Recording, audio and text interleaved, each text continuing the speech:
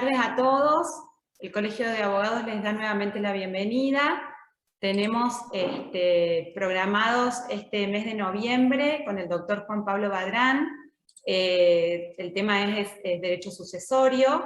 Hoy vamos a abordar como cuestión preliminar las nociones y las instituciones sustanciales del derecho sucesorio, y los 3 jueves siguientes ya vamos a abordar la cuestión del proceso sucesorio. Les pedimos disculpas porque tuvimos algunos inconvenientes con la plataforma para el ingreso en horario, así que sin más, le doy la palabra al doctor, agradeciéndole nuevamente que contamos con su presencia. Y bueno, doctor, adelante, muchas gracias, buenas tardes. Buenas tardes a todos. En el día de la fecha vamos a ver ciertos tópicos relacionados, por su importancia práctica fundamental, del derecho sucesorio sustancial. De forma preliminar, agradecer naturalmente al Colegio de Abogados de San Francisco, que una vez más nos da la oportunidad de difundir tópicos relacionados con el derecho sucesorio, que en los últimos tiempos tiene importancia práctica decisiva. A título ilustrativo, el año pasado se cerró la cuestión fundamental o decisiva del caso Manubén Calvens, que había tenido casi 40 años y aún así no está concluido en su totalidad, para que vean que muchas veces la materia sucesoria y la materia procesal sucesoria tiene importancia práctica decisiva. También quería poner de relieve que en ese mismo orden de idea y a título de confesión, lo que más hacemos en el estudio jurídico cuando nos derivan causas son cuestiones de procesos sucesorios contenciosos. Luego en un segundo punto, divisiones de condominio y liquidaciones de comunidad de bienes, pero obviamente el podio indiscutiblemente lo tienen los procesos sucesorios contenciosos. ¿Por qué? Porque en algún punto se da una situación, si se quiere, bastante compleja. O existe una declaratoria de herederos totalmente voluntaria, espontánea, sin intereses contrapuestos, que sucede a menudo, o existe una declaratoria de herederos donde hay intereses entre los acreedores contrapuestos, o intereses o conflictos entre acreedores y legatarios, o entre herederos entre sí, herederos y legatarios, herederos y acreedores. Y también sucede a menudo que quienes tenemos el conflicto somos nosotros los abogados para cobrar los honorarios que se han devengado, pero que no están regulados en una sucesión, por la labor profesional que hemos desarrollado al ejecutar actos procesales, ya sea de beneficio común, ya sea de beneficio individual, en una sucesión. Por eso la temática sucesoria, honestamente, es apasionante y en los últimos tiempos ha tenido un rebrote muy importante porque se empiezan a advertir una serie de complicaciones o complejidades que la tornan bastante especial, si se quiere, desde esta óptica. Efectuadas esas aclaraciones, reiterando el agradecimiento al Colegio de San Francisco, a la señora Presidente y obviamente también a la doctora Daniela Badía, que nos ha hecho la presentación, damos inicio a este temario en particular. La primera cuestión fundamental es que la sucesión es la transmisión o la transferencia de un derecho o de una cosa de un sujeto de derecho a otro sujeto de derecho. En ese orden de ideas, las sucesiones pueden ser universales cuando el objeto de transmisión es un patrimonio o una parte alícuota de un patrimonio, o bien pueden ser, si se quiere, en definitiva, singulares, es decir, lo que se transmite es una cosa o un objeto determinado. Por ejemplo, cuando se produce el fallecimiento de una persona, tenemos una sucesión universal, porque lo que está en juego es la distribución de un patrimonio. Distinto es el caso cuando tenemos la venta o compra-venta o la donación o la permuta o permutación de una cosa por otra, donde el objeto de intercambio es una cosa perfectamente determinada, de modo tal que la sucesión es singular, individual o particular, porque el objeto es una cosa perfectamente determinada. Incluso hasta podría ser un derecho, que es lo que ocurre con la cesión de derechos. Hay un derecho perfectamente determinado. Pero también puede ocurrir que se utilice otra clasificación, que es la sucesión intervivos, esto es, por actos jurídicos, normalmente contratos, en donde un sujeto hace una compraventa, una donación, una cesión, una permuta, o puede ser también mortis causa, es decir, cuando estamos frente a una situación del fallecimiento, la muerte real o presunta de una persona. La diferencia entre una sucesión intervivos y una sucesión mortis causa es que en la sucesión intervivos vamos a tener un contrato. Esto es un acto jurídico bilateral. En cambio, en la sucesión mortis causa no tenemos esa situación porque la muerte, en la gran mayoría de los casos, es un acto voluntario lícito del 899 del Código Civil. Es decir, una situación de la naturaleza a la cual la ley le impone, en definitiva, un efecto jurídico o una consecuencia jurídica, independientemente de la voluntad, en este caso, del causante. En líneas generales, nadie pretende morirse. Incluso cuando una persona se suicida, para que se vea de forma clara y contundente, no tiene por finalidad destinar sus bienes o qué va a definir hacer con sus bienes, salvo la hipótesis puntual del testamento, donde allí sí tendríamos un acto jurídico propiamente dicho, mortis causa de índole unilateral. Entonces, en líneas generales, se puede decir que una sucesión mortis causa, en estricto sensu, no es un acto jurídico, sino que es un hecho jurídico, un hecho de la naturaleza, que funciona como acto voluntario lícito del viejo 899 del Código Civil derogado, o bien del 258 del nuevo Código Civil y Comercial, porque lo que está faltando es la causa fin del acto jurídico. En prieta síntesis, un acto jurídico propiamente dicho está compuesto de 4 elementos: sujeto, objeto, forma y causa.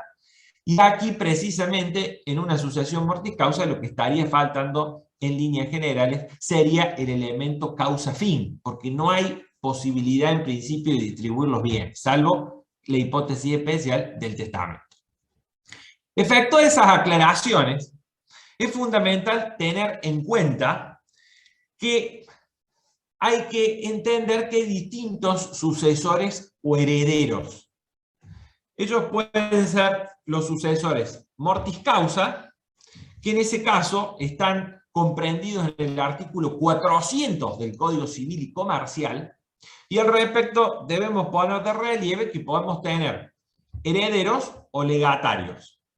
El heredero es el sucesor de carácter universal, porque tiene derecho a la totalidad del patrimonio, a la totalidad del acervo hereditario, o bien a una parte alícuota, intelectual, inmaterial, indivisa o proindivisa de ese acervo hereditario, de ese patrimonio.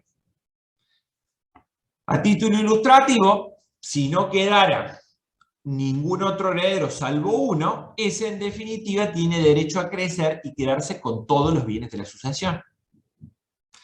Diferente es la situación del legatario, porque el legatario, arreglado en el 2278 del Código Civil y Comercial, en líneas generales, tiene derecho a una cosa o a un bien determinado, pero no tiene en líneas generales derecho a crecer.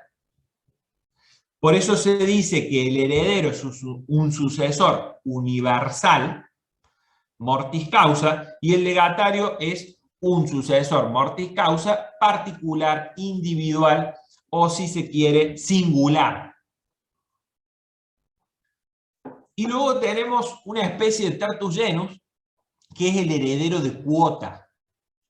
El heredero de cuota, antes, en el Código derogado, por una cuestión de política legislativa, se llamaba legatario de cuota. En el nuevo código se denomina heredero de cuota, lo encontramos reglado en el 2488 del Código Civil. Para que se entienda esta figura, este tertus genus, primero, si es heredero o es legatario, con todo respeto, es una cuestión de nomen iuris, de rótulo, de calificación jurídica, pero obviamente, y para que se entienda, podría ser llamado tanto de una forma como de la otra, sin perjuicio de que el nuevo código hoy lo llama heredero de cuota. Ahora, ¿cuál es la diferencia entre un heredero de cuota y un heredero propiamente dicho? La diferencia decisiva fundamental es que el heredero de cuota concurre a la sucesión inexorablemente con otros sujetos y en ese orden de ideas tiene derecho a una parte alícuota, intelectual o inmaterial sin la posibilidad de acrecer. Por eso no tiene derecho eventual o hipotético al todo y nunca va a heredar todo un heredero de cuota. Porque en definitiva no deja de ser, a nivel práctico y para que se entienda, un legatario. Un legatario que obviamente tiene derechos proindivisos o en una parte alícuota limitada y circunscripta única y exclusivamente a esa cuota parte. Por ejemplo, el 30% de la herencia. Por ejemplo, el 20% de la herencia. Más o menos, esos serían los cánones para que se entienda la idea en particular. Uno de los temas fundamentales, antes de seguir con el análisis de los sucesores, los herederos y las demás clasificaciones, es entender cuál es la naturaleza jurídica del causante y de la sucesión. El causante, que es una persona física, una persona de existencia vial o persona, si se quiere, humana, en la nomenclatura que utiliza el nuevo código, desde el momento que fallece, deja de ser persona y deja de ser un sujeto de derecho. Y se convierte en una cosa, en un cadáver, y el cadáver, en los términos del artículo 16, es una cosa que está fuera del comercio. Con lo cual, cuando una demanda se promueve en contra de una persona fallecida, es decir, en contra de un cadáver, para ser gráficos, es una demanda subjetivamente improponible. Y ya vamos a ver la repercusión práctica de esta afirmación o de este aserto. ¿Por qué es subjetivamente improponible? Porque lo que está faltando en la demanda es el sujeto pasivo de la pretensión, es el sujeto demandado. Cuando uno demanda, siempre demanda un sujeto de derecho, que puede ser hipotéticamente una persona jurídica, pero en estos casos, cuando se demanda una persona física, la persona debe estar viva, no puede estar fallecida, porque si lo estuviere, la demanda es subjetivamente improponible. Y en este orden de ideas existen distintas tesis o posiciones doctrinarias y jurisprudenciales al respecto. El Tribunal Superior de Justicia, concretamente la Sala Civil y Comercial del Tribunal Superior, en el caso Guzmán, sostuvo que se trata de una nulidad relativa. Repercusión práctica de este aserto es que esa nulidad puede ser consentida, puede ser subsanada y confirmada mediante la comparecencia, o si se quiere el comparendo, de los herederos. En cambio, la Cámara Quinta, con un criterio más gravoso, sostiene en el caso Espinosa que se trata de una nulidad absoluta, de modo tal que no admite convalidación, no admite subsanación, por más que comparecieran hipotéticamente los herederos, no podrían convalidar esta situación en particular. Por nuestra parte, entendemos que se trata de inexistencia. Inexistencia porque no se trata de un vicio en un elemento, sino se trata, lisa y llanamente, de la ausencia, la falta o la inexistencia misma de ese elemento en particular. Concretamente, cuando uno articula una demanda, tiene un elemento subjetivo, que es el sujeto demandado, el sujeto pasivo de la pretensión. Tiene un elemento objetivo, que es la aspiración o la pretensión. Por ejemplo, que me pague la suma de dinero tal, que cumpla con el contrato tal, que resarza los daños y perjuicios tales, que ejecute la obra tal. Y luego hay un elemento causal, que son los hechos jurídicamente relevantes que fundan a la pretensión. Ahora bien, si la demanda está dirigida a una persona fallecida, a un cadáver, para ser gráficos, inexorablemente no es que hay un vicio o un defecto en la constitución del elemento subjetivo o del sujeto pasivo de la pretensión.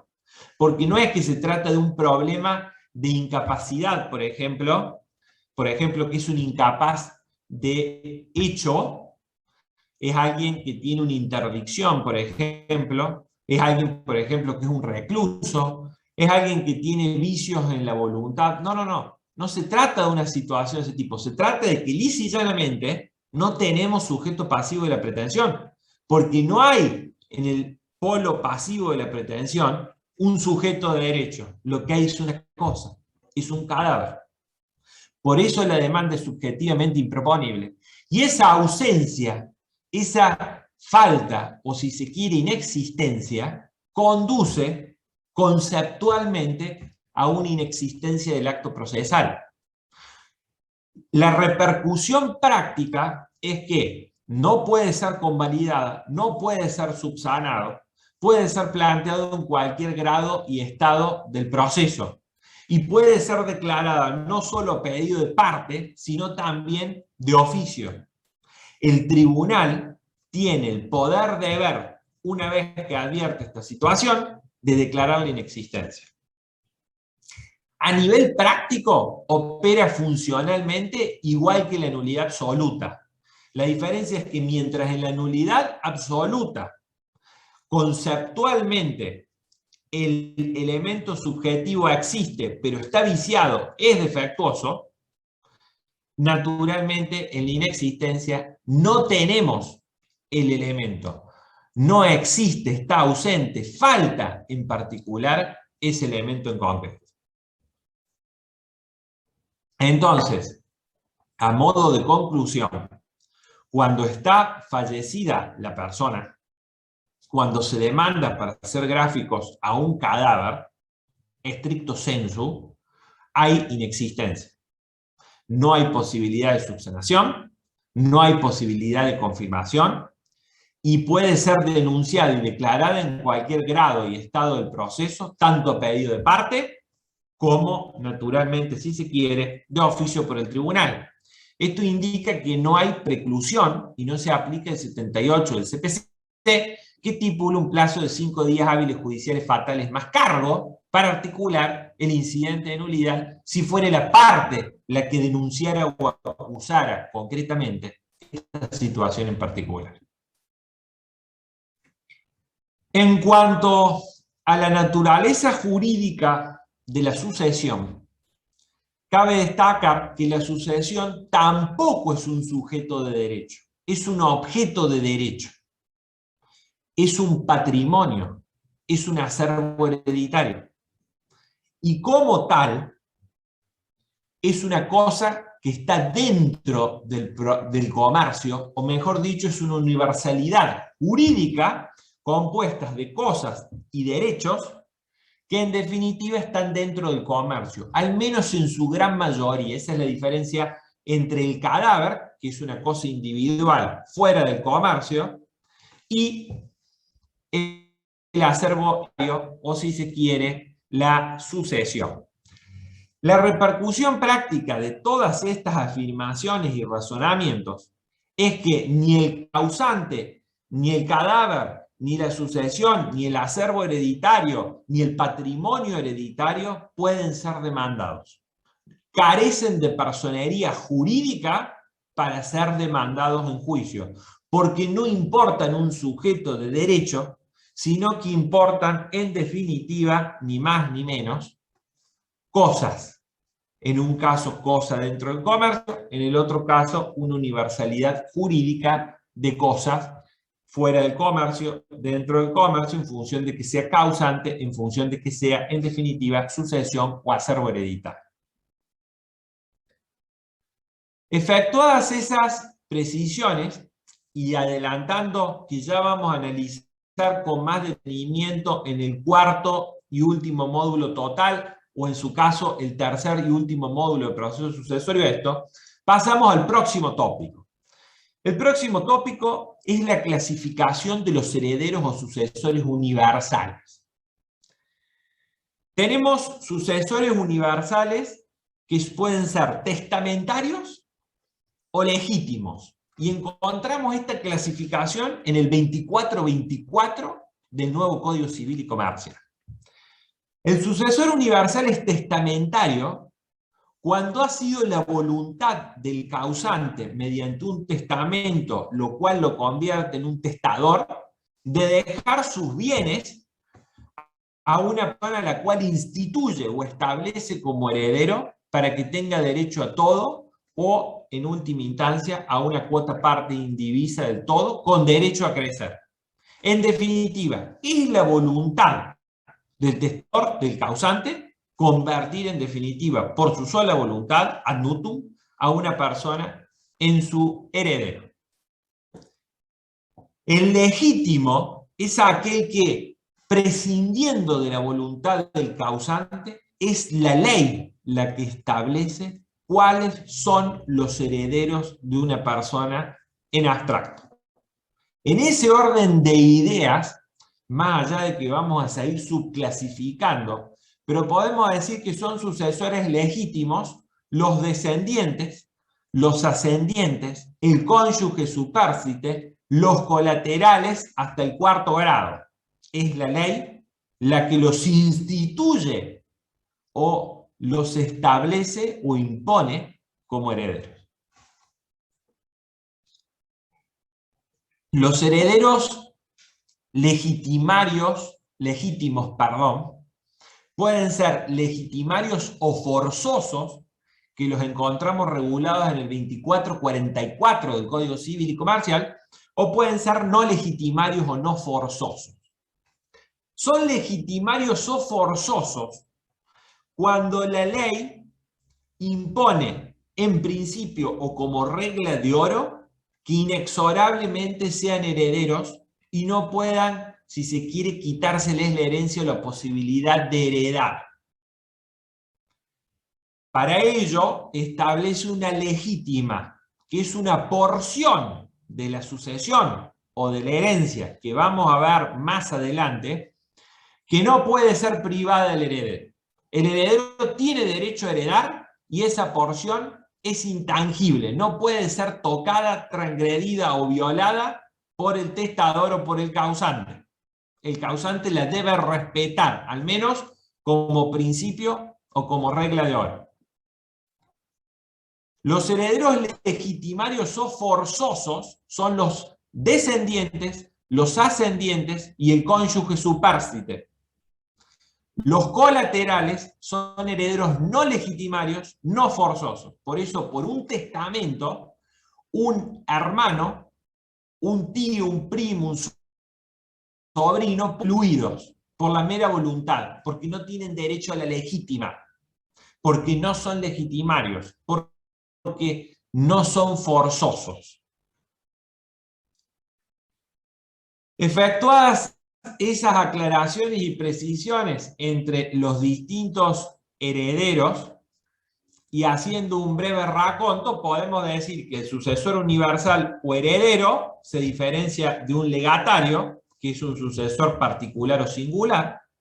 También podemos decir que el sucesor universal puede ser legítimo o testamentario, y dentro de los legítimos puede ser legitimario o forzoso, o no legitimario o no forzoso.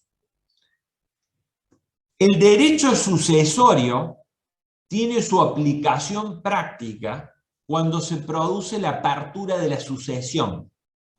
Y la apertura de la sucesión se configura o se produce o se consuma cuando se produce la muerte real o presunta de una persona física. Esto significa que la muerte biológica, muerte real comprobada, o en su caso, la ausencia con presunción de fallecimiento, llamada también muerte presunta, habilita la aplicación en lo procesal y en lo sustancial del derecho sucesorio. Esto surge por imperio del artículo 2277 del Código Civil y Comercial. ¿Qué ocurre con la transmisión de los derechos?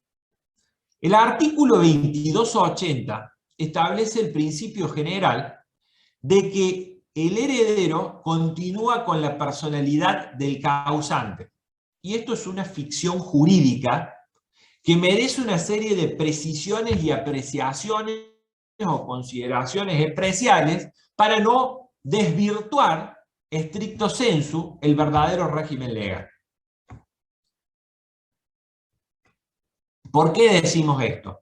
Porque una lectura literal y no armónica ni sistematizada del 2280 conduce a este significado o a este principio general, que es que el heredero, desde el momento mismo de la muerte del causante, conociendo o ignorando la muerte del causante, sucede al causante, lisa y llanamente, en todos los derechos, en todas las cosas que el causante tenía desde el momento mismo de la muerte, como si no hubiese interín o intervalo de tiempo. Esto merece precisiones. Y veamos por qué. La primera, respecto de los derechos reales cuando se transmiten de forma intervivos o por acto entre vivos, se aplica naturalmente el 1892 del Código Civil y tiene un sistema de constitución dual. ¿Qué significa esto? Que hay un sistema de título y de modo. El título es el acto jurídico causa fuente del derecho real, la donación, la permuta, a título ilustrativo podría ser también la compraventa. Y luego tenemos el modo, que es el medio de publicidad entre partes y eventualmente frente a terceros del derecho real. El caso típico, cosas muebles no registrables, la tradición. Materia inmobiliaria, tradición en interpartes o entre partes, y frente a terceros, inscripción registral en el registro de la propiedad inmueble. Ahora, los derechos reales, cuando se transmiten en una sucesión, mortis causa, en una declaratoria de herederos, para que se entienda, tienen un sistema monista, porque hay un sistema de solo título, no hay medio de publicidad, no hay modo o tradición, por esta ficción jurídica. Hasta aquí tendríamos una aplicación clara del 2280. Ahora bien, ¿cuáles son las precisiones fundamentales y en dónde hay que tomar con guantes de seda este 2280? En primer término, que esto presume una ficción jurídica y pierde de vista de que el sujeto, antes de pronunciarse sobre la herencia, técnicamente no es heredero, es suscesible. El suscesible es un galicismo que se utiliza para decir que un sujeto tiene la posibilidad de pronunciarse sobre la herencia, aceptando la herencia o rechazando la herencia. Y en ese orden de ideas, no va a adquirir la calidad de heredero hasta tanto se pronuncie. De modo tal que se podría decir entonces que presupuesto de aplicación del 2280 es la existencia de aceptación de la herencia. Porque sin aceptación de la herencia no hay heredero, de modo tal que no hay continuación de la personalidad jurídica de nadie.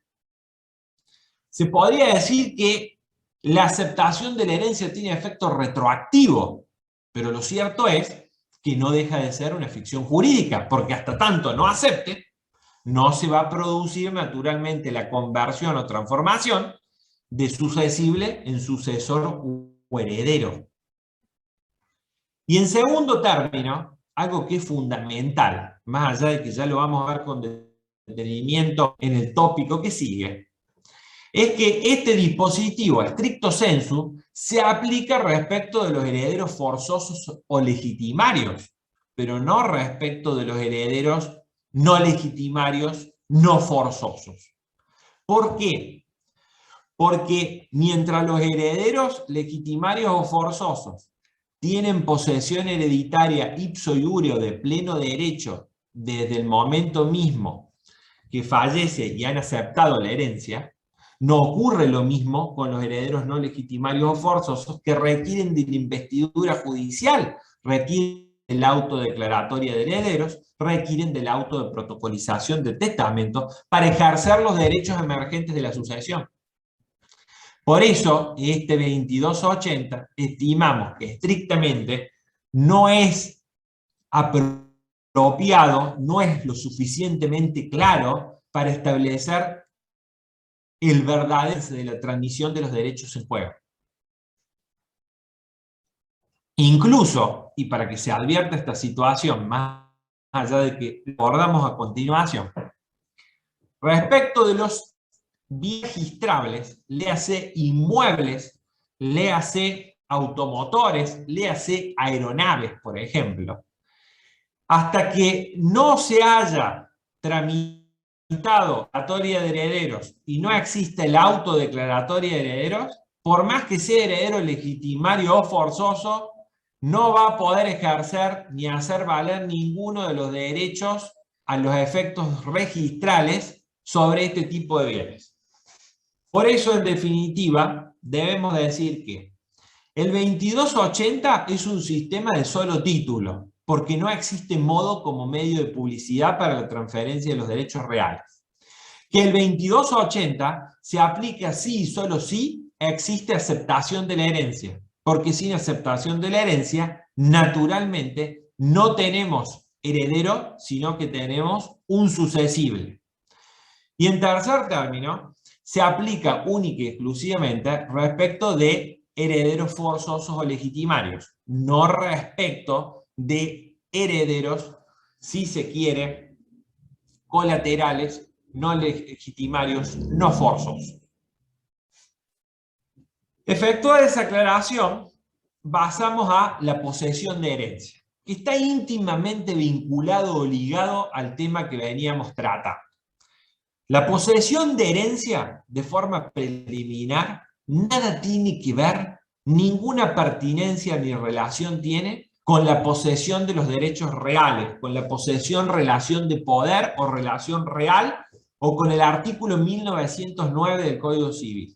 No, porque no se trata de una relación entre un sujeto y una cosa, sino que la posesión de herencia es la investidura jurídica que tiene un heredero para hacer valer sus derechos, para accionar en juicio, para en definitiva poner en marcha los derechos que le han sido transmitidos.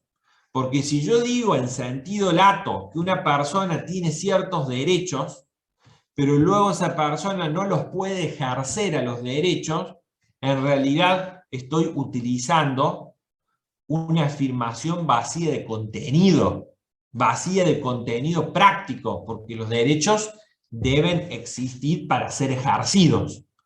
Por eso, esa transmisión de los derechos del 2280, en la práctica inexorablemente tiene que estar conjugada con los artículos 2237 y 2238. Entonces, decimos que la posesión hereditaria es la investidura jurídico-formal que le permite al heredero hacer valer sus derechos a título ilustrativo, actor en juicio.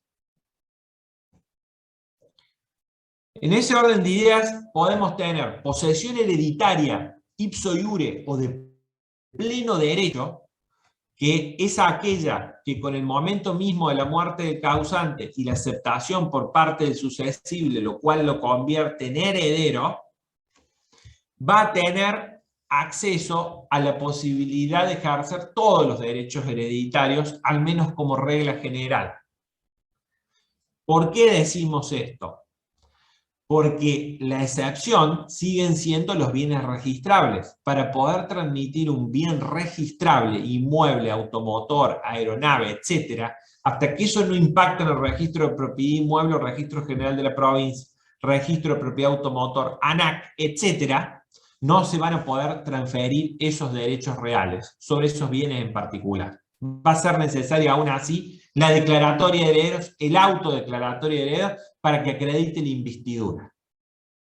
Ahora, ¿quiénes son los herederos que tienen posesión hereditaria ipso iure de pleno derecho? Los herederos legitimarios o forzosos. Los descendientes, los ascendientes y el cónyuge supérstite. Cuando se dicta el auto de declaratoria de herederos en este caso, ¿qué ocurre? Ocurre una situación particular. El auto no le otorga, no le confiere la posesión hereditaria, simplemente reconoce la posesión hereditaria que los herederos ya presentan, ya gozan, ya detentan. Cuando se trata de una posesión hereditaria judicial, que es la arreglada en el 2338, ocurre algo distinto. Se trata de un heredero no legitimario, no forzoso, testamentario o colateral, que en definitiva necesita inexorablemente del auto declaratoria de herederos o del auto de protocolización de testamento para hacer valer sus derechos. Porque sin esa resolución judicial no los puede hacer valer. De modo tal que ese auto declaratoria o ese auto de protocolización es el que inviste al heredero, le confiere, le otorga o le brinda la posesión hereditaria. Recién allí entra en posesión hereditaria. Para que se entiendan estos acertos a nivel práctico, si el heredero es legitimario y por ende tiene posesión ipso iure de pleno derecho y de forma automática, y quiere recuperar una propiedad por reivindicación, por despojo o por acción de desalojo, puede hacerlo de la siguiente forma: partida de función, partida de nacimiento para acreditar el vínculo si es un descendiente, partida de matrimonio o acta de matrimonio si es el cónyuge, y de esa forma, al acreditar el vínculo, va a estar en condiciones de tener legitimación activa para demandar y recuperar la cosa, reivindicación, despojo o, en su caso, en definitiva, desalojo. Pero si se trata de un colateral o un heredero testamentario, sin el auto de protocolización de testamento, o en definitiva, sin el auto declaratoria de herederos, no puede accionar judicialmente. Y le podrían oponer una falta de legitimación activa y o pasiva o mixta, o bien el tribunal de oficio podría definir o aplicar tal sanción, porque en definitiva no existe legitimación para actuar u obrar en juicio. Esa es la repercusión práctica de la disquisición entre posesión hereditaria ipso iure de pleno derecho y posesión, si se quiere, de índole judicial.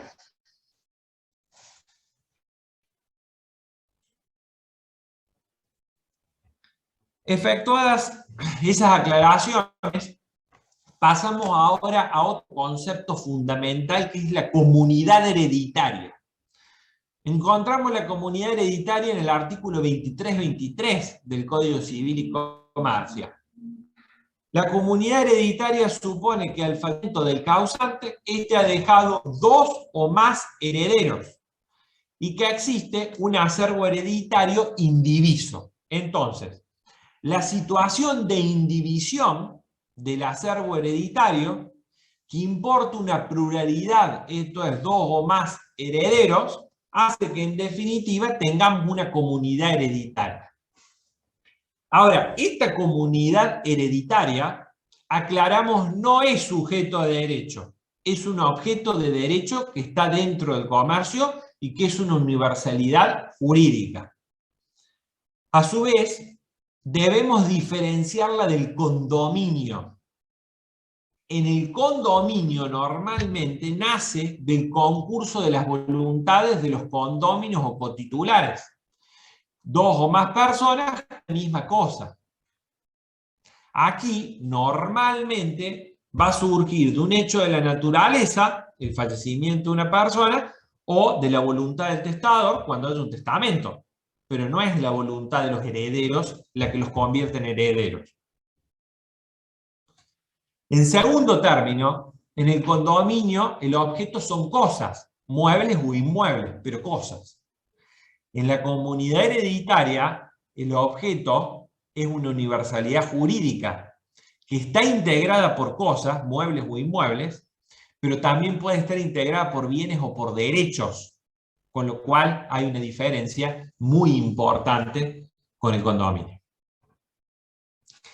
Y a su vez, si bien el lineamiento de división de condominio como proceso particionario o particional, si se quiere, es similar y se le aplican en líneas generales las reglas de la partición de herencia, tienen diferencias en cuanto a la administración y demás, de modo tal que no hay que confundir una comunidad hereditaria con un condominio, porque son diferentes.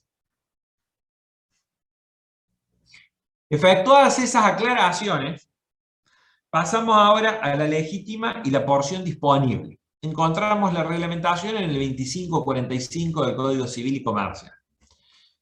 La legítima es la porción que tienen los herederos legitimarios o forzosos, esto es, descendientes, ascendientes y cónyuges supérstites. La legítima es una porción de la cual el heredero no puede ser privado por la voluntad del causante. Es una porción que la ley le reserva a ciertos herederos. Esa porción depende del heredero legitimario en cuestión.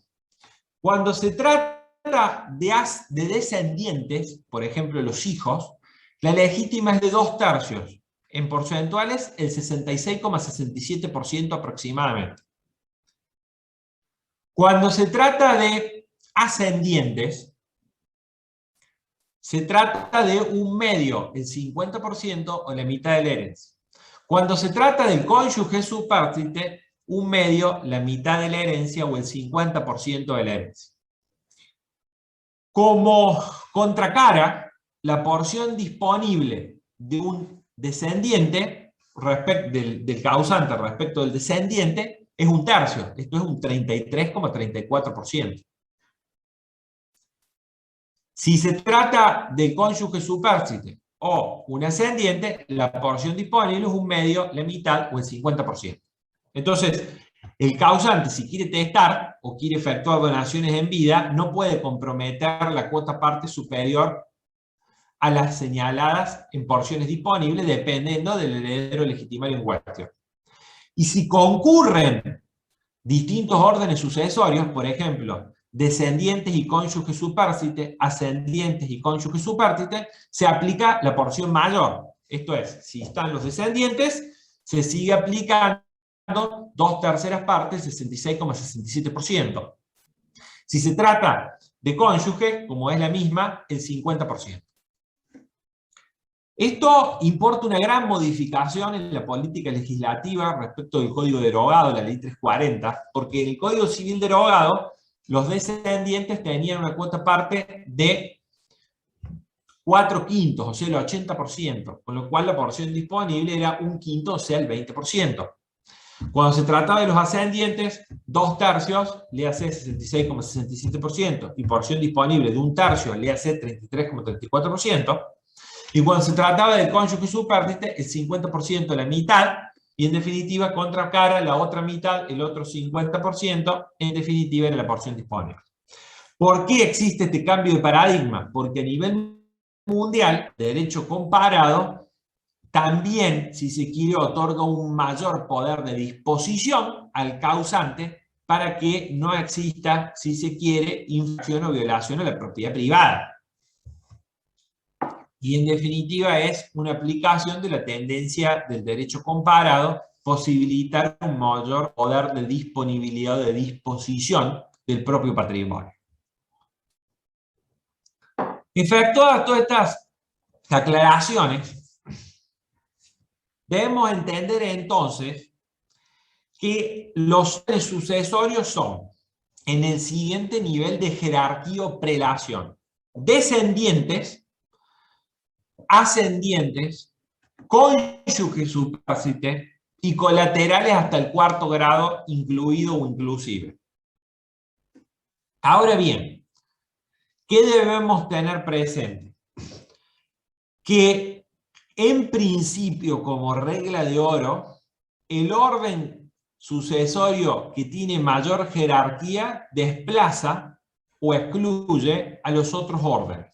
Esto significa que los descendientes excluyen a los ascendientes, que el cónyuge supérstite excluye a los colaterales.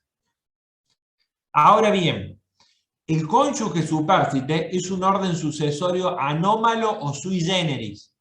¿Por qué? Porque tiene la particularidad de que concurre con los descendientes o con los ascendientes, es decir, no es excluido por ninguno, pese a que es un orden sucesorio jerárquicamente inferior. Y obviamente excluye colaterales. Hecha esa aclaración, también se aplica el mismo criterio de que quien tiene mayor jerarquía o prelación desplaza a los otros en los grados. Esto significa que dentro de un mismo orden sucesorio, por ejemplo, los descendientes, los hijos van a excluir, si se quiere, a los nietos, y los nietos a los bisnietos. Si se trata, por ejemplo, de los ascendientes, los padres excluyen, si se quiere, a los abuelos excluyen, si se quiere, a los bisabuelos. Si se trata de los colaterales, los hermanos excluyen a los tíos, por ejemplo, los tíos excluyen, por ejemplo, a los primos. Para que se entienda en definitiva por dónde pasa la cuestión en este extremo en particular. Hechas esas aclaraciones, pasamos ahora a la distribución del acervo hereditario cuando hay supuestos de concurrencia. Concurrencia entre descendientes y cónyuge supérstite. Si se trata de bienes propios, el cónyuge supérstite hereda como un hijo más. Entonces, 3 hijos cónyuge supérstite, uno para cada uno, un 25%. 2 hijos cónyuge supérstite, un tercio para cada uno. Esto es un 33,34% aproximadamente. Si se trata de bienes gananciales, el cónyuge supérstite no hereda, pero se queda con el 50% a título de socio de la comunidad de bienes emergente del patrimonio. Es decir, recapitulando, cuando hay bienes gananciales, el cónyuge supérstite no tiene derecho a, pero se queda con el 50% a título de socio de la comunidad de bienes emergente del matrimonio. Y el otro 50% se lo distribuyen entre los descendientes. Cuando se trata de concurrencia con ascendientes, también volvemos a diferenciar entre bienes propios, si se quiere, y bienes gananciales. Sobre los bienes propios, al cónyuge supérstite, en definitiva, se queda con el 50%, con la mitad. Y la otra mitad se la quedan, en definitiva, los ascendientes. Y sobre los bienes gananciales, el cónyuge supérstite esta vez sí hereda. Se queda con un 25% a título de heredero, un 50% a título de socio de la comunidad de bienes emergente del matrimonio, y el otro 25% se lo reparten en partes iguales los ascendientes que hubieran. Ese es el régimen de distribución. Un instituto muy importante que no debe perderse de vista es el derecho de representación. Tiene su reglamentación en los artículos 24, 27 y subsiguientes. El derecho de representación supone que muchas veces una persona que en abstracto iba a heredar a otra por una cuestión de orden biológico, por ejemplo, el hijo iba a heredar al padre, en la práctica no lo puede heredar, por ejemplo, porque muere antes, fallece antes. Ese es el caso típico. Entonces, los herederos del potencial o sucesible heredero premuerto tienen derecho a utilizar el derecho de representación.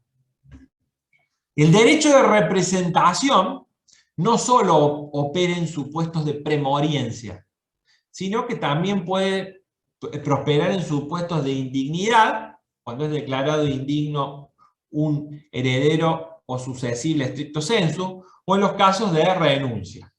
Esas son las otras hipótesis o supuestos o situaciones en las cuales puede prosperar o puede proceder un derecho de representación.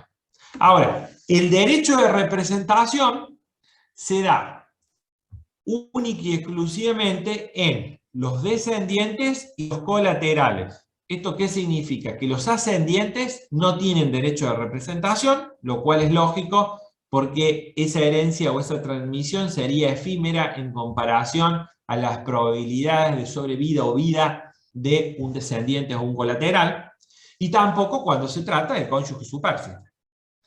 Esto significa que, en definitiva, y para que se entienda, solo los descendientes y los colaterales, hasta el cuarto grado inclusive, tienen derecho de representación. Hechas esas aclaraciones, cabe destacar que se hereda por estirpe. ¿Esto qué significa? Que en definitiva se va a subrogar en la misma posición jurídica que tenía el sucesible premuerto, declarado indigno o renunciante, y no en mayor medida. De modo tal que supongamos que había 3 herederos. Uno es premuerto, y ese heredero premuerto a su vez tenía 3 hijos, que son sus únicos herederos. Entonces cada uno de esos hijos va a heredar un noveno. Esto es, se van a dividir en 3 partes iguales, el tercio que le correspondía a su padre, o que le correspondería a su padre, pero no es que van a concurrir en partes iguales con las otras 2 partes, porque es por estirpe. Se subroga en la misma posición jurídica que tenía, en definitiva, el causante. Bien. El causante no, perdón.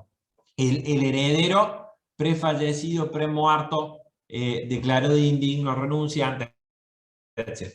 Aceptación de la herencia o del legado. Ya adelantamos que en materia de herencia, el sucesible, que es el estado previo de un sujeto con vocación hereditaria, tiene derecho a aceptar la herencia o a rechazarla. Ya Puig Bruto hace muchos años sostuvo de que como era un derecho, de la misma forma que la podía aceptar, la podía repudiar o rechazar. Nadie estaba obligado a aceptar una herencia. Y esto puede deberse a múltiples motivos, porque puede ser que el causante haya tenido un montón de causas y el heredero no quiere participar, haya tenido un montón de deudas y el heredero no quiere correr, etc. Entonces el sucesible tiene la posibilidad de repudiar o rechazar, en cuyo caso técnicamente nunca va a ser reputado heredero, va a ser un sucesible renunciante. Lo mismo pasa con los legados. El eventual legatario podrá aceptar o renunciar, repudiar un legado. ¿Cómo es el régimen general? El régimen general, antes de ingresar a las distintas clases de aceptación, es este. El 2288 establece un plazo o término de 9 días de luto y llanto de la muerte del causante. Y hay un plazo de 10 años para que se pronuncie aceptando o rechazando la herencia. Este plazo es un plazo de caducidad. Significa esto que una vez vencido el plazo, el sucesible nunca se convierte en heredero y se lo va a reputar o calificar como renunciante. Es decir, como que ha renunciado a la herencia. Entonces, el silencio, como manifestación de la voluntad, importa una manifestación negativa de la voluntad que importa renuncio, rechazo o repudio de la herencia. Ahora, ¿qué sucede? Como este plazo del 2288 es muy extenso, los coherederos, los acreedores, los legatarios, etcétera, pueden tener interés en acelerar estos tiempos. Y mediante una acción de fijación de plazo pueden solicitar al juez que lo emplace al susceptible para que se pronuncie y que dentro de un plazo discrecional de 1 mes a 3 meses, que es un plazo judicial que lo va a arbitrar, definir o decidir el juez, fijará 1 mes, fijará 2 meses, fijará 3 meses, en definitiva, el susceptible se pronuncie. Y en este caso, como no es de caducidad, es meramente ordenatorio, el silencio produce el efecto inverso, es decir, la aceptación de la herencia. Es decir, el silencio vale como manifestación positiva de la voluntad y el susceptible se convierte automáticamente, una vez vencido el plazo, en aceptante.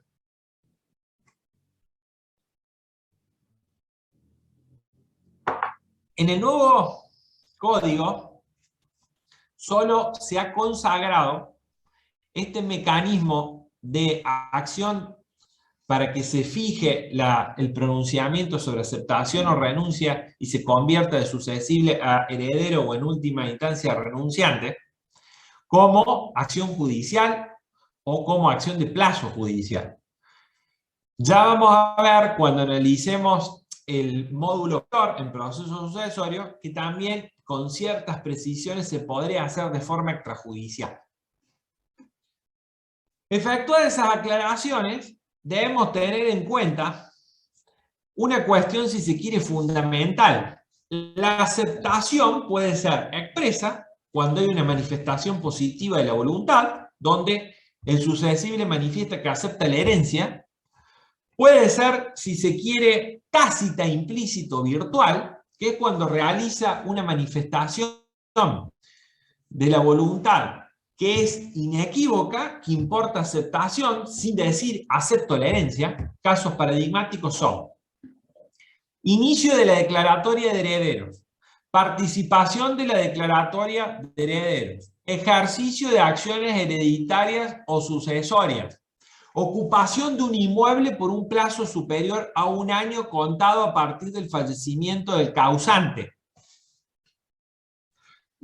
cesión de derechos hereditarios, renuncia gratuita o onerosa de derechos hereditarios a favor de un coheredero. Bueno, todas esas hipótesis importan aceptación tácita de la herencia. Y tenemos también hipótesis en las cuales hay aceptación forzada o forzosa de la herencia, que se va a producir cuando el heredero oculta o sustrae bienes de la herencia, cuando exagera dolosamente el pasivo, cuando vende o enajena bienes de la herencia. ¿Cuál es la razón práctica? Es una aceptación implícita con responsabilidad ilimitada del heredero. Esa es la sanción que el ordenamiento jurídico le impone al heredero por haber obrado de mala fe.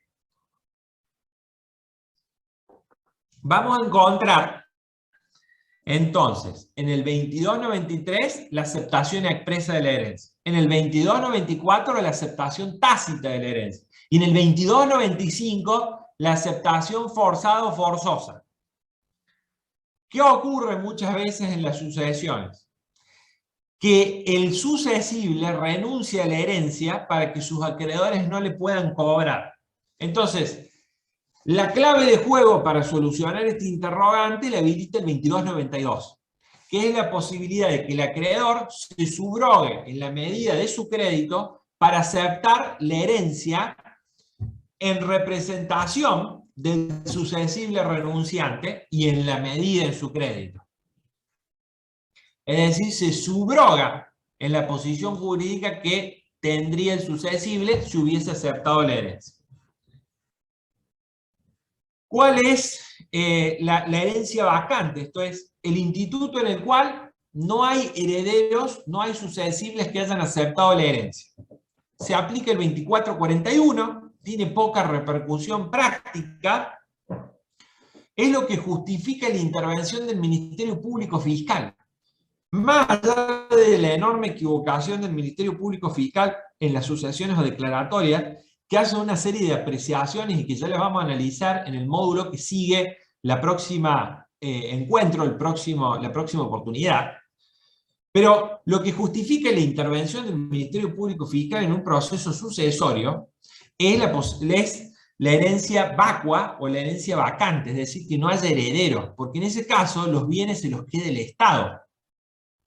Por eso, muchas veces uno ve que el Ministerio Público Fiscal hace una serie de apreciaciones y que habla de que el correcto orden sucesorio, y advierte que en realidad el Ministerio Público Fiscal no tiene legitimación ni atribuciones a ese nivel, a ese respecto, de modo tal que son impertinentes, inadecuadas o inapropiadas. Ya las veremos en el próximo módulo.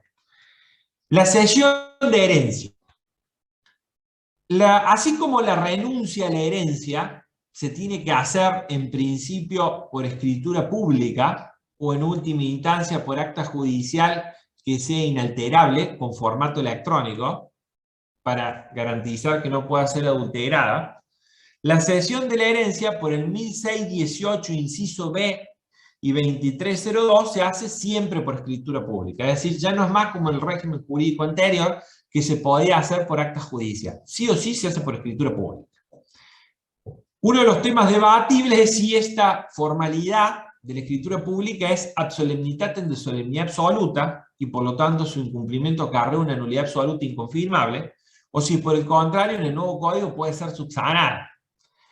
Hay ciertos autores que estiman o permiten la subsanación porque entienden que la nulidad es relativa y la solemnidad es relativa. Entonces no es de carácter ad solemnitatem, sino que en definitiva su solemnidad es relativa y por lo tanto es convalidable. Obviamente sería necesario un procedimiento, si no hay buena voluntad a otorgar la cesión, para obtener, si se quiere, la forma y luego la investidura.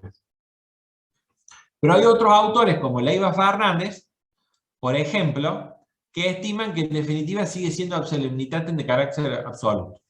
Nosotros honestamente en este punto discrepamos y participamos en mayoría porque no existe en el texto la sanción de nulidad de forma expresa. ¿Qué ocurre con la oponibilidad de la cesión de derechos? Bien, en cuanto a la oponibilidad entre partes, va a ser, esto es, cedente y cesionario desde el momento mismo que se firma la escritura pública. Cuando se trata de terceros, cuando esa escritura pública es incorporada al expediente. Esto es una novedad porque en el Código Derogado no está. Y respecto del deudor cedido, si se trata de derechos de crédito, es desde el momento en el cual se le notifica la existencia de la cesión. Que esto es lo que se llama principio de prevención. Institutos fundamentales en el derecho sucesorio y que ha tenido importantes modificaciones es la habitación legal de cónyuge supérstite. Encontramos la reglamentación en el artículo 2383 del nuevo Código Civil y Comercial. Este es un derecho real, alicio, gratuito, que tiene el cónyuge supérstite y que en definitiva permite seguir viviendo en la casa o el inmueble que fue la última sede del hogar conyugal hasta que fallezca de forma gratuita y que los otros ordendientes no se entrometan en su vida, no impidan que él siga viviendo, en definitiva, en el inmueble ese. Este derecho nace de pleno derecho y es de fuente legal. Tiene reconocimiento expreso no solo en este dispositivo, sino en el artículo 1894. Ahora bien, para que se aplique, el inmueble no debe estar en condominio con otros sujetos, porque si no, el cónyuge supérstite tendría un derecho mejor o más extenso del que gozaba el causante. Y eso obviamente es inadmisible porque violaría el nemus plus iuris.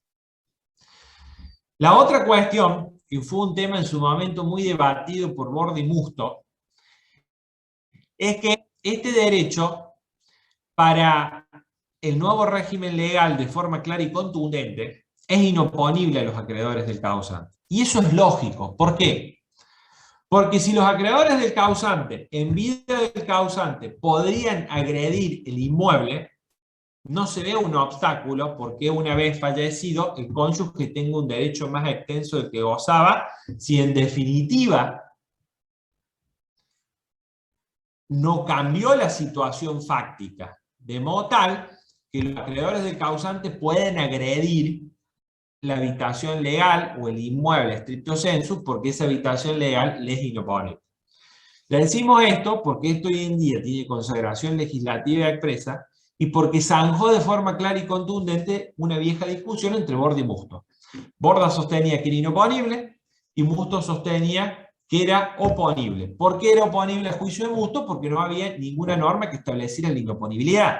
Lo que perdía de vista Musto es que en una interpretación sistematizada del ordenamiento jurídico, en aquella época, el famoso 2370, Nemo Plus Iuris, nadie puede adquirir un derecho mejor o más extenso del que gozaba y nadie recíprocamente puede recibirlo, impide que tenga un derecho mejor o más extenso de cuando estaba en vida a cuando ha fallecido, porque la práctica sigue siendo la misma.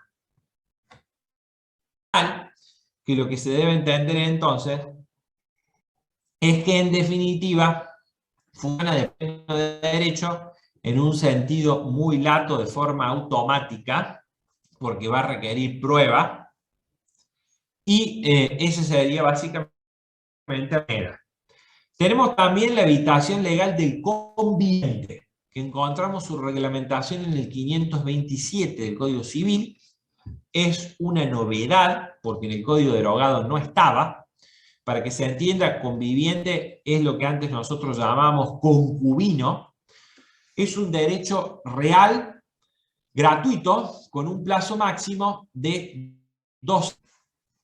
La ley stricto sensu dice que el conviviente lo puede solicitar y que en ese orden de ideas tiene la particularidad de que se extingue cuando contrae nupcias o se casa o contrae matrimonio, cuando contrae una nueva unión convivencial o ingresa en un nuevo concubinato, cuando adquiere bienes, un techo, una casa, o bienes suficientes para tener un techo o una casa. En esos casos se podría articular un incidente y levantar o extinguir o dejar sin efecto este plazo máximo de 2 años de la habitación legal del conviviente superstite.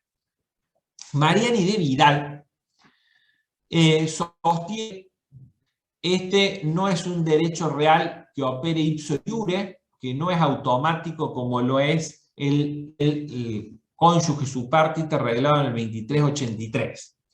Nosotros coincidimos con Mariani de Vidal a nivel práctico, pero no a nivel teórico. ¿Por qué?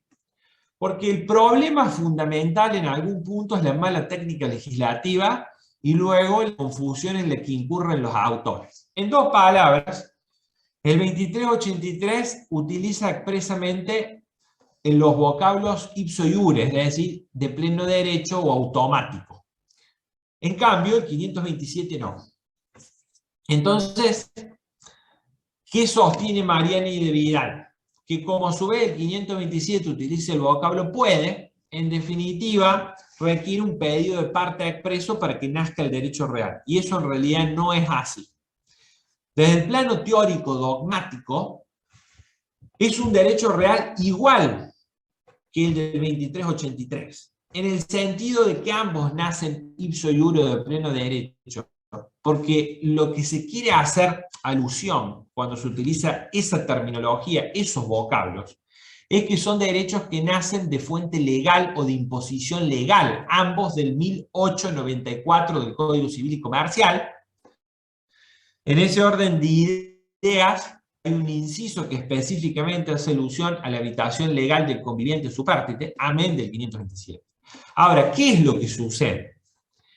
Que si uno lo compara con los otros derechos reales que nacen de la voluntad de las partes, por ejemplo, de un contrato, la compra-venta, la donación, la permuta o permutación, aquí es la ley la que hace nacer por derecho hereditario en sentido lato este derecho real. Por eso son ambos ipso iure de pleno derecho o automáticos. Pero eso en el plano teórico dogmático. En el plano práctico, el conviviente o el concubino no es un heredero.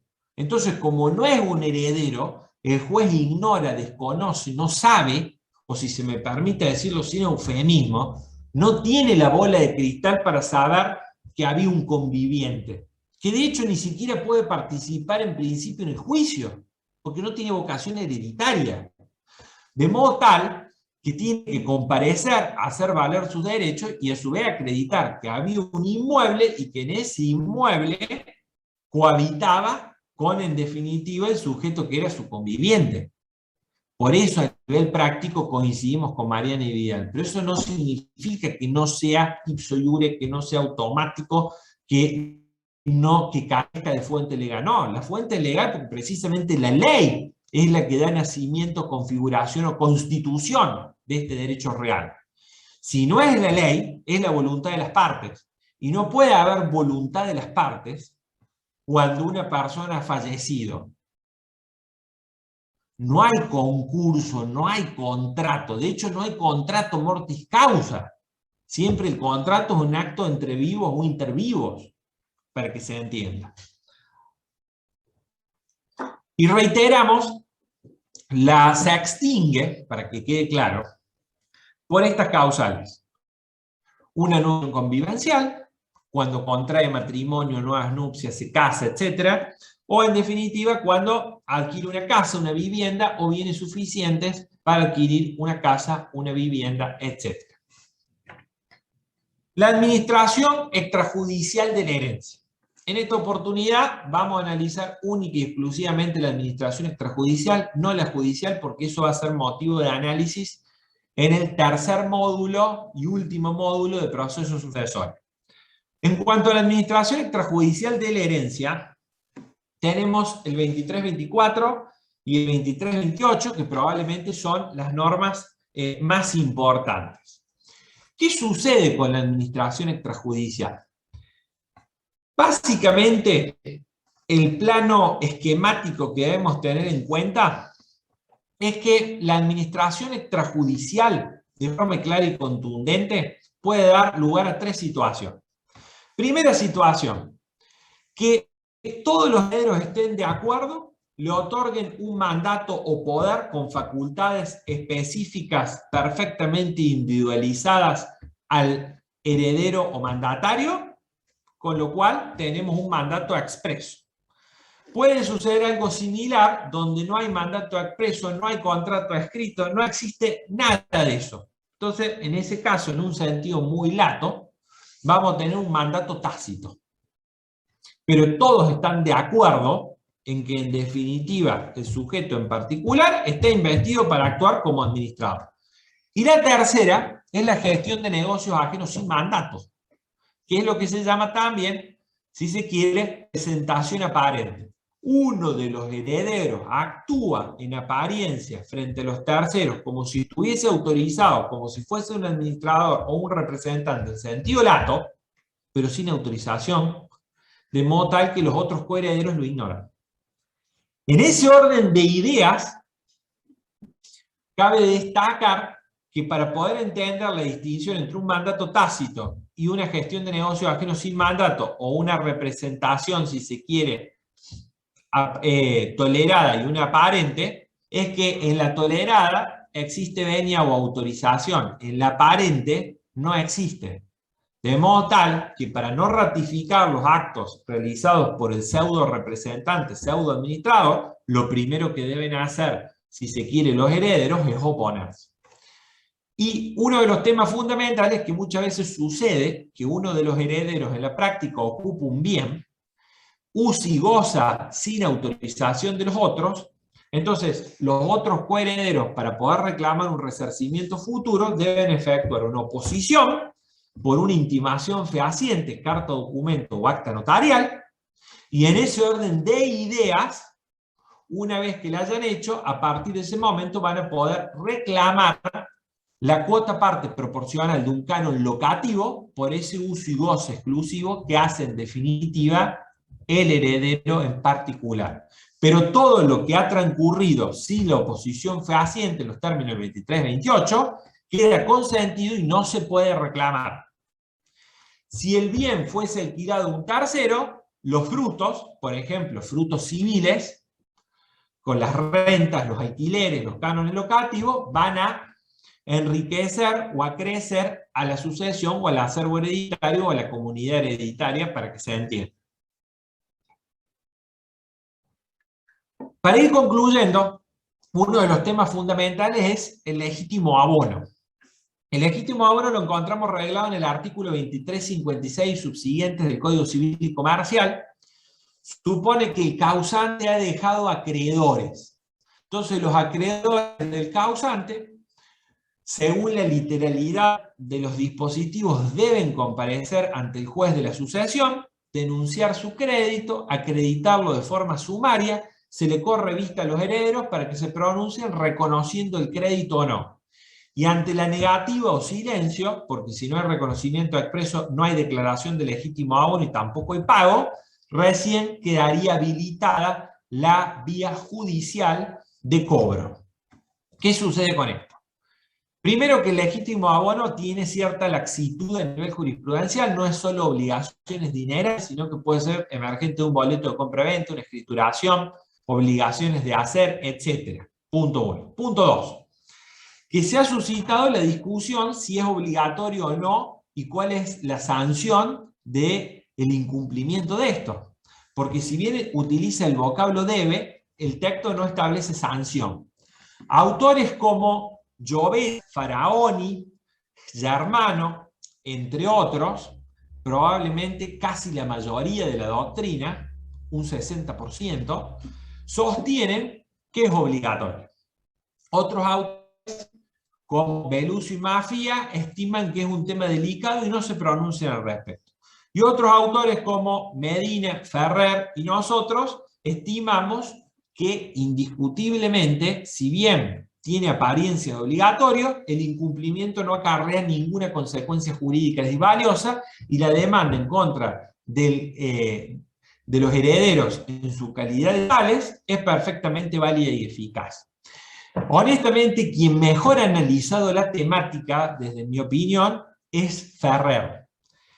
Ferrer, el jurista rosarino, agudamente advierte de que no existe ninguna sanción, de que en el derecho comparado tampoco existe, y de que en definitiva, al no existir una sanción, no pierden legitimación para actuar en juicio el acreedor del causante. De modo tal que el acreedor del causante que articule la acción va a haberla articulado correctamente y en la práctica el legítimo abono, facultad discrecional o facultativa del acreedor.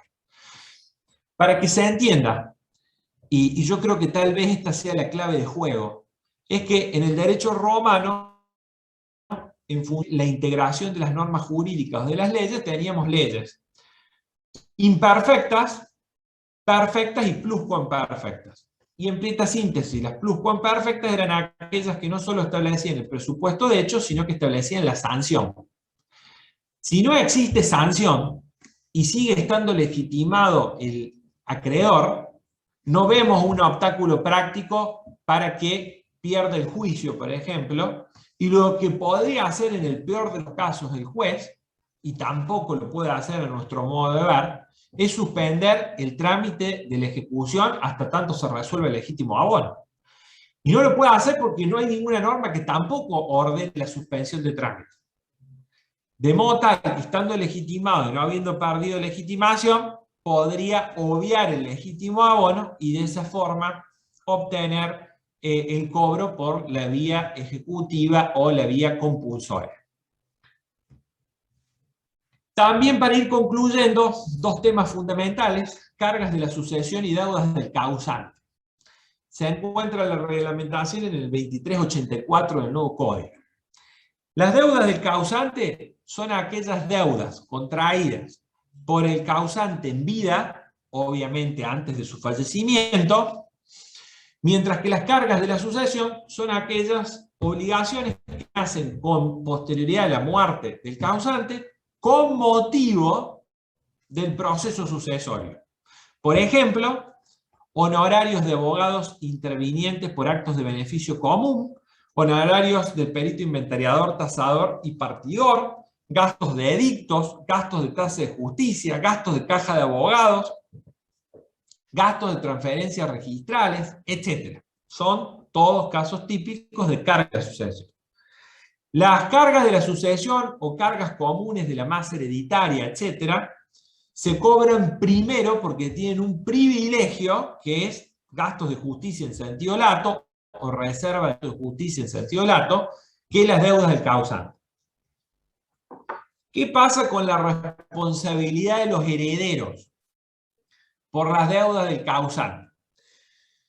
Ya no existe más estrictamente un beneficio de inventario. El nuevo régimen legal se estructura sobre los artículos 2280 infine, 2317 y también 2321 y 2322 y como excepción 2295. ¿Qué pasa? La responsabilidad es limitada a los bienes que efectivamente reciban los herederos. Ese es el principio y la regla común. Y esta responsabilidad es simplemente mancomunada, no es solidaria, para que se entienda. Ahora bien, ¿qué sucede?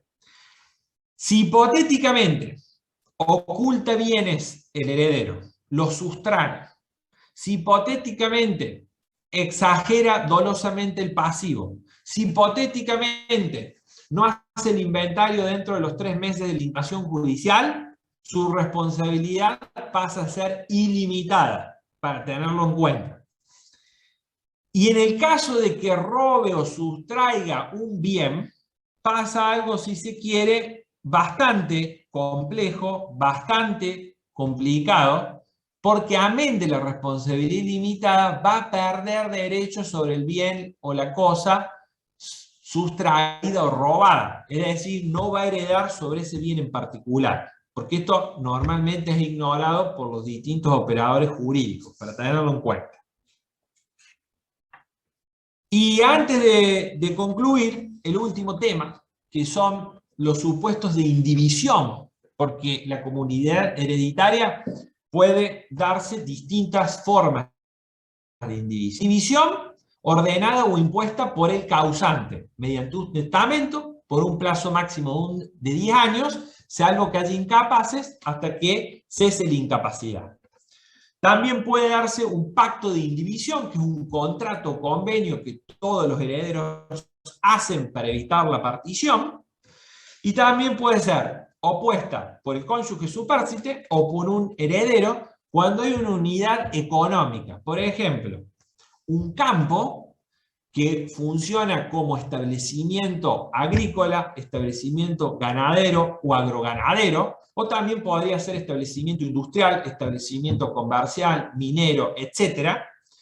Ha participado el heredero en la explotación comercial, solicita, se lo designe administrador de ese establecimiento que funciona como una unidad económica, y por un plazo máximo de 10 años se puede mantener la indivisión hasta que sea el tiempo oportuno. ¿Qué pasa con la indivisión? La oponibilidad, según el 2334, va a ser, si se trata de bienes registrables, en tanto y en cuanto se inscriba en los registros pertinentes. Si no hay inscripción, va a ser inoponible. En cuanto a los acreedores de los herederos, le va a ser oponible si esté inscripto. Si no está inscripto, no, pero siempre van a poder cobrar sobre las utilidades o ganancias. Y en cuanto a los acreedores del causante, siempre va a ser inoponible, por esto de que el Nemo Plus Juris, viejo 2370, hoy 399 del Código Civil, establece que nadie puede adquirir un derecho mejor o más extenso del que gozaba, y recíprocamente nadie puede recibirlo. De modo tal que lo fundamental en este extremo en particular es tener en cuenta que los acreedores del causante siempre, aun cuando esté inscripto el pacto de indivisión o el testamento que ordena la indivisión o la indivisión opuesta por el cónyuge o por otro heredero que ha participado en la explotación, va a ser oponible en definitiva, si se quiere, va a ser inoponible a los acreedores del causante. Hemos concluido con el temario preparado para el día de la fecha los invito a que quienes quieran formular preguntas, si las quieren leer o las quieren formular a viva voz, para tratar de ir respondiendo las mismas. Bueno, doctor, muchísimas gracias, como siempre. Sí, tengo varias preguntas acá de los colegas, se las voy a ir haciendo. Acá el doctor Piña pregunta, doctor, en el caso de que un heredero inicie el trámite de declaratoria, ¿se toma como aceptación de la herencia ese acto? ¿Puede renunciar luego a la herencia? Cuando un heredero participa en una declaratoria de herederos, es precisamente una hipótesis de aceptación tácita o implícita. Y eso engasta en el 2294, incluso lo mencionamos como una de las aplicaciones prácticas de aceptación tácita o implícita, si se quiere, de la herencia. Yo estimo en lo personal de que una vez que el heredero aceptó, ya se consumó la opción. Es decir, no hay posibilidad, si se quiere, de retractación. De modo tal que, en definitiva, no podría, si se quiere, renunciarla en sentido estricto a los efectos de ser considerado un renunciante en los términos del 2288 del Código Civil. Sin perjuicio de ello, podría ceder la herencia o podría renunciar a la herencia. Ahora, esa renuncia o esa cesión siguen engastando como aceptación tácita, para que se entienda a nivel práctico y se responda de forma satisfactoria la pregunta. Está bien. Sigo, doctor. El doctor Ayar pregunta, ¿qué sucede si el vendedor de un automóvil fallece antes de realizar la transferencia? ¿Qué trámite debe realizar el comprador para registrar el auto a su nombre? Y aclara, siempre que los herederos del causante se nieguen a realizar la declaratoria de herederos, o realiza la declaratoria de herederos, pero se niegan a realizar el tracto abreviado en beneficio del comprador. Bien, vamos por parte porque son varias cosas. Sí. La primera de todas, si obviamente, que esa es la pregunta y el quid de la cuestión, hay conflicto con los herederos, lo que debiera hacer es, si ya tenemos la declaratoria iniciada, naturalmente podríamos acudir a un legítimo abono, que es la situación que habíamos mencionado del 2356. Este es un procedimiento voluntario, no hay contienda, no hay costas, se les corre un traslado o una vista, normalmente de 3 días por el 171 del CPC, y uno nunca debiera pedir en estos casos el decaimiento del derecho. ¿Por qué? Porque en el legítimo abono se requiere conformidad expresa de todos los herederos, no de uno sí, uno no. Se requiere todo para poder, en definitiva, avanzar con los trámites. Si hipotéticamente tenemos silencio, tenemos negativa, no nos queda otra que acudir a la vía judicial, contenciosa, y se los demandaría a los herederos que han estado o en silencio o con renuencia o negativa expresa. En esos casos, esos serían los demandados expresamente. Si hubo un aceptante, ese aceptante no tiene necesidad de mandárselo porque ya tuvimos la conformidad previamente en el legítimo abono.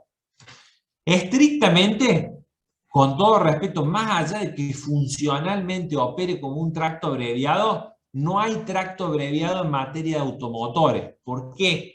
Porque el tracto abreviado es un instituto propio de la 17.801, que es de la ley registral inmobiliaria, pero no de los automotores. Eso no significa, para que se entienda, de que uno tenga que hacer un sucesorio propiamente dicho para poder lograr la transferencia. No, simplemente va a salir un oficio judicial que, en vez de ordenar la adjudicación, va a ordenar la transferencia a nombre de un tercero y se va a facultar, normalmente por cuestiones de criterio, porque esto no es tampoco que sea indispensable, pero normalmente los juzgados quieren que un heredero sea investido por los coherederos como apoderado para suscribir toda la documentación ante el registro de propiedad automotor.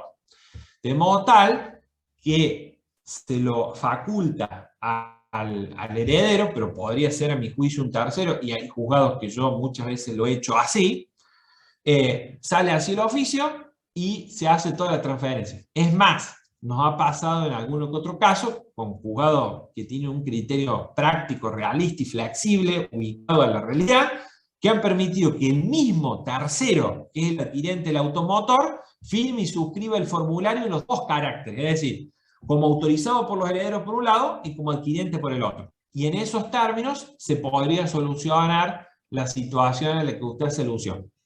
Bien. No sé si responde debidamente la pregunta. Yo creería, al menos en principio, que sí. Que los colegas tengan alguna contrapregunta o demás, me la van formulando por acá o yo les abro el micrófono para que lo puedan hacer directamente con usted. Seguimos porque hay varias preguntas. La doctora Gili pregunta, si en el ámbito civil una eventual demanda debe ir dirigida contra los sucesores del causante, debiendo individualizarlos, salvo caso de imposibilidad en que se lo citará por edicto. En cuanto a la sucesión no es sujeto de derecho, ¿por qué en el ámbito de las ejecuciones fiscales el Código Tributario Provincial admite la demanda contra la sucesión indivisa del causante, tomando como domicilio para la notificación el último domicilio del causante o el de apertura del juicio sucesorio? ¿Se entiende?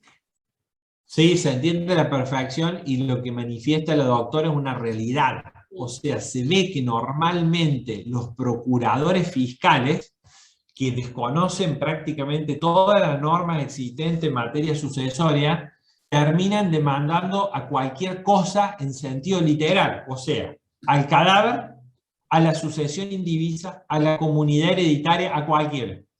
¿Cuál es el problema que tiene eso? Lo fundamental. Que el Código Tributario lo que quiere hacer alusión cuando sanciona ese tipo de normas es que el acervo hereditario, en definitiva, va a estar al servicio del pago de los impuestos, tributos, contribuciones, servicios o tasas. Eso no hay duda y eso está claro. Ahora, la sucesión indivisa no es un sujeto de derecho, carece de personería jurídica y una demanda en esos términos es subjetivamente improponible. Por eso cuando uno hace un planteo de este tipo, luego en la práctica se terminan anulando en sentido lato todas las actuaciones. ¿Por qué digo en sentido lato?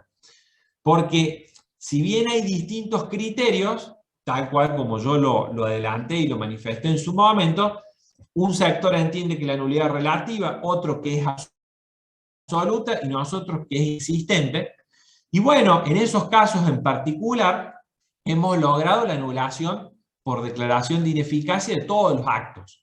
También, ya lo vamos a ver con más detenimiento en el tercer y último módulo, porque eso, la idea, como tiene un montón de connotaciones procesales, era tratarlo allí, pero para adelantarles, nos ha pasado que han demandado a una persona muerta más de 30 años, o sea, 30 años de fallecida y la demandan en esas condiciones, luego no tienen mejor idea que tratar de reconducir la demanda en contra de la sucesión indivisa, que tampoco es un sujeto de derecho. Y a su vez, el juzgado lo permite eso porque quiere lograr la interrupción del curso de la prescripción, porque lo quieren emparentar con demanda defectuosa del viejo 3986. Ahora, ya la Cámara Segunda, en el fallo Rentas contra Zúbil de Sánchez, sostuvo que no se puede repetir porque la nulidad absoluta y porque el objeto mismo afectado es la demanda misma. Entonces, si esa demanda fue articulada en contra de un objeto de derecho, un cadáver, no se puede luego, mediante una simple reconducción, habilitar la posibilidad de una nueva ejecución fiscal dentro de la ya iniciada. Tiene que hacerse una demanda aparte. Y cuando se haga eso, el sujeto al cual se le reclame va a quedar habilitado perfectamente para oponer prescripción liberatoria o extintiva, porque naturalmente se esté infringiendo o violando normas básicas. Tal vez, más allá de este sentido común de decir, bueno, el acervo hereditario debe quedar a disposición de cancelación o pago de lo que son en definitiva los tributos, impuestos, tasas, etcétera, mejoras, etcétera. Lo cierto es que eso no puede modificar al derecho sucesorio sustancial ni al procesal, y el Código Procesal tampoco está modificado en este punto. O sea, uno siempre tiene que demandar a un sujeto de derecho. la cosa no va a contestar, el acervo hereditario no va a contestar. No sé si eso responde apropiadamente a la pregunta, pero al menos en lineamientos generales yo creo que ese sería el planteo. Bueno, pueden surgir después en la charla estricta de más adelante alguna cuestión nueva en relación a esto que usted acaba de decir, doctora, así que vamos a tener oportunidad de revisarlo y de charlarlo. Sigo. La doctora Luque pregunta, si quiero impetrar una demanda de usucapión y la titular registral del inmueble ya ha fallecido, si desconozco los datos personales de sus herederos, ¿cómo hago para demandarlos? ¿Pueden los herederos del causante firmar un contrato de locación en el carácter de locadores? Aún no se inició declaratoria de herederos. Perdón, ahí son dos. Sí, vamos por parte porque sí, si no se mezclan muchas cosas. Sí. Pensé que era aclaraba la primera. Sí. Lo primero que uno debiera hacer es naturalmente ver el registro de juicios universales si está iniciada la declaratoria de herederos o no. Si está iniciada la declaratoria de herederos, ningún drama. Vamos, buscamos el auto de declaratoria y vemos quiénes son herederos. Allí está resuelto. Si hubiese un auto de ampliación de declaratoria donde fue un agregado otro heredero, seguimos con la misma situación. No hay problema. Si no existe la declaratoria de herederos, nosotros lo que debiéramos hacer es tratar de identificar a los sucesibles. Es decir, buscar a quienes eran, por ejemplo, los hijos de esa persona y emplazarlos en los términos del 2288, 2289, que se pueda hacer de forma extrajudicial, más allá de que tenemos esta situación. En el 2289, que se hace por una acción judicial de fijación de, si se quiere, de pronunciamiento para que define si va a ser heredero, acepta o renuncia a la herencia, el efecto del silencio equivale a manifestación positiva de la voluntad y aceptación. Ahora, si la hacemos por intimación extrajudicial, como el CPC de Córdoba y como el Código Civil y Comercial de la Nación no consagran esa hipótesis en particular, el silencio es decir, no importa manifestación de la voluntad, entonces no nos va a quedar otra que ir a la vía judicial y utilizar el emplazamiento judicial. Que esa es la ventaja de hacerlo judicial. Es un poco más lento, es más costoso, pero en caso de silencio no perdemos tiempo. Se va a reputar aceptante. En cambio, como no hay ningún efecto jurídico al silencio a nivel extrajudicial, no le podemos aplicar la analogía porque es el viejo 919 del Código Civil, 263 del actual Código Civil y Comercial, y por lo tanto es claro y evidente que ese silencio no va a tener ninguna virtualidad jurídica y vamos a terminar en una acción judicial para que lo emplacen a que acepte la herencia. En dos palabras. Entonces, allí vamos a tener esa situación. Si la cuestión fuese todavía más complicada, porque si uno usucapión ya tenemos muchas veces 20 años de posesión o más, y por lo tanto hay que rastrillar hacia atrás muchos años, y bueno, no sabemos, tal vez nos quede como opción utilizar una medida preparatoria de la demanda innominada, dirigirla a distintos registros vía informativa, o de última la vía del artículo 18 de la ley 5805, la ley de colegiación obligatoria de los abogados, y requerir a distintas reparticiones públicas datos, fundamentalmente registro civil, para que nos digan quiénes eran en definitiva la familia de esta persona, cosa que podamos de alguna forma individualizar a los herederos. Si no, vamos a tener muchos problemas a la hora de iniciar esa acción de usucapión. Yo diría, no sé cuál era la otra pregunta, era algo relacionado con una locación, me parece. Si pueden los herederos del causante firmar un contrato de locación en el carácter de locadores, si aún no se inició la declaratoria de herederos. Lo pueden hacer a la perfección, sobre todo si son herederos legitimarios o forzosos. ¿Por qué? Porque ellos, desde que aceptan y por la ficción jurídica, el momento mismo de la muerte, se le transmiten todos los derechos y tienen investidura jurídica, no hay ningún obstáculo. Podría haber alguna que otra objeción respecto de los no legitimarios no forzosos, por ejemplo los colaterales, porque esos requerirían en la práctica del auto de declaratoria de herederos. Ahora, aún así, a nivel interpartes también lo podrían hacer a la perfección, por una cuestión de que el contrato es perfectamente válido. En última instancia habrá un problema sucesorio o hereditario con otros colaterales si fueron hipotéticamente omitidos, que les podrán plantear una petición de herencia o algún planteo del estilo. Pero en líneas generales no habría obstáculo a que sea celebrado y realizado de esa forma. Se puede efectuar. Bien, bueno, doctor, no tenemos más preguntas. Si lo suyo está concluido, no sé si quiere agregar alguna cosita más o bueno. Me figura, me parece, a ver, no, pensé que era un nuevo mensaje de pregunta, pero No, la doctora Luque le agradece, igual que todos nosotros desde acá. Y bueno, si Dios quiere, en los próximos 3 jueves los convocamos a todos para seguir con este tema ya del proceso sucesorio, teniendo ya sumamente claro las nociones sustanciales y las instituciones sucesorias. Bueno, te agradezco, doctor, y bueno, buenas tardes a todos. Nos vemos, si Dios quiere. muchísimas gracias a todos, muy amable y muy amena la jornada. Gracias, hasta luego. Saludos a todos.